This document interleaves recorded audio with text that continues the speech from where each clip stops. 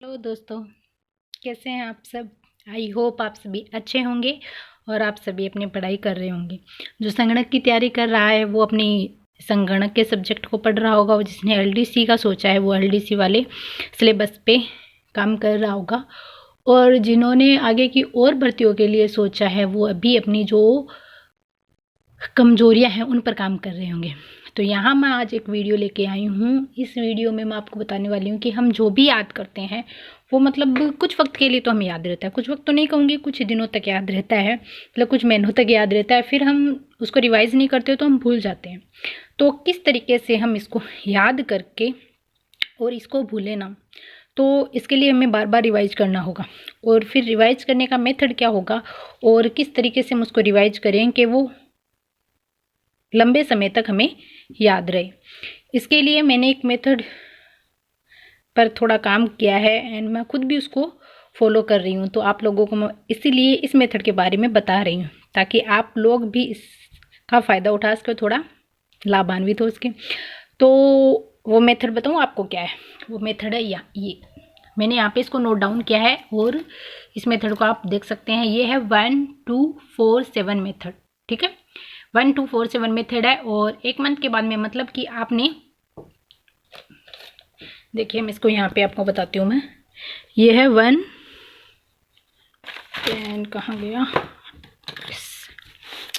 ठीक है, ये है 1 2 4 7 मेथड। ओके, इस मेथड को आप कैसे काम में ले सकते हैं, मतलब कि मान लो कि पहले दिन आपने एक टॉपिक पढ़ लिया, उस टॉपिक को ही आप नेक्स्ट डे रिवाइज कर लो, वापस पढ़ लो। नेक्स्ट डे रिवाइज कर लिया आपने, फिर थर्ड डे के लिए उस मेथड को आप छोड़ दो। तीसरे दिन आपको उस मेथड को बिल्कुल भी नहीं देखना है एंड फोर्थ डे के दिन उस मेथड को आप वापस पढ़ लो।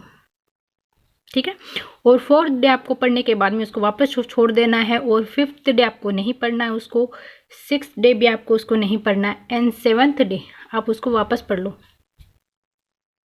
ठीक है, उसके बाद में सेवन्थ डे को आप उसको पढ़ेंगे और वापस छोड़ देंगे। फिर एक मंथ के बाद आप उसे वापस पढ़ लो।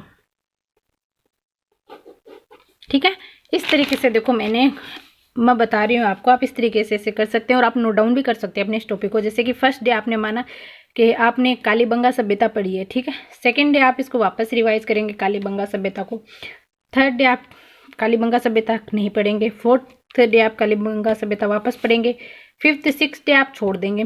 उस दिन आप दूसरी सभ्यता पढ़ लीजिए। जैसे कि यहाँ आपने गणेश्वर सभ्यता स्टार्ट कर दी, ठीक है, यहाँ आप गणेश्वर सभ्यता पढ़ लीजिए, फिर फोर्थ डे पे वापस कालीबंगा पढ़ेंगे, यहाँ गणेश्वर सभ्यता पढ़ेंगे, यहाँ गणेश्वर सभ्यता पढ़ेंगे, वापस कालीबंगा को रिवाइज करेंगे। 7 डे हो गया। फिर इनका आप डे गिन लीजिए, इनका 1 और 2 डे हो गया, ठीक है, थर्ड डे उसको छोड़ देंगे, फिर 4 डे। इस तरीके से आप कंटिन्यू चलते रहेंगे। तो 1 मंथ बाद आप इसको वापस रिवाइज करेंगे। और इस तरीके से अगर आप अपने टॉपिक को लेके चलेंगे तो आपको वो अच्छे से आपको याद हो जाएगा और मेमोरी में भी रहेगा।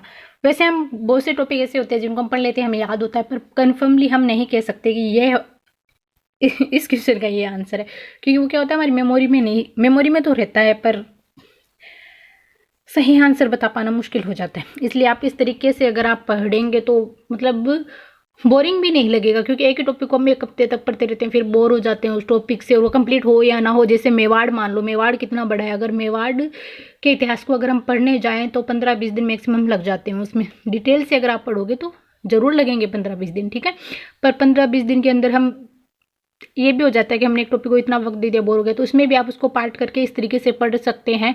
एक राजा को ले लीजिए, उसको पढ़ लीजिए, फिर एक दिन छोड़ के अगले राजा को ले लीजिए, फिर इस तरीके से आप pattern wise step by step इस प्रोसेस को 1 2 4 7 मेथड को यूज करेंगे तो आपको ज़रूर इसमें फ़ायदा होगा एंड आपको याद क्या होगा, वास्तव में याद रहेगा। आई होप आपको ये मेरी जो इन्फॉर्मेशन है वो थोड़ी पसंद आई होगी। एंड चलिए मिलते हैं फिर अगले वीडियो में किसी और टॉपिक के साथ, किसी और बात के साथ। Thank you to watching everyone, bye bye, अपना ध्यान रखना।